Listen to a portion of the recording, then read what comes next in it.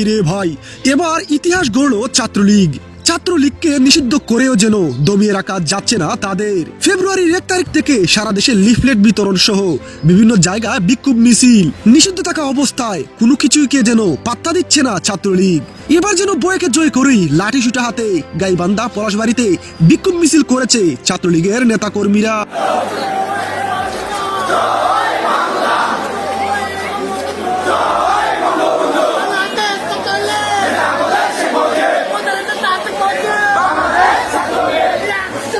লাঠি সুতা হাতে বিক্ষোভ মিছিল এবার হয় এসপার নয় অস্পার। নিজেদের অস্তিত্ব ধরে রাখতেই যেন মরিয়া হয়ে উঠেছে ছাত্রলীগ। শেখ হাসিনার আহ্বানে 5 কর্মসূচি নিয়ে ফেব্রুয়ারি মাসেই ইউনূস সরকারের পদত্যাগের দাবিতে মাঠে নামছে আওয়ামী লীগ ও ছাত্রলীগ।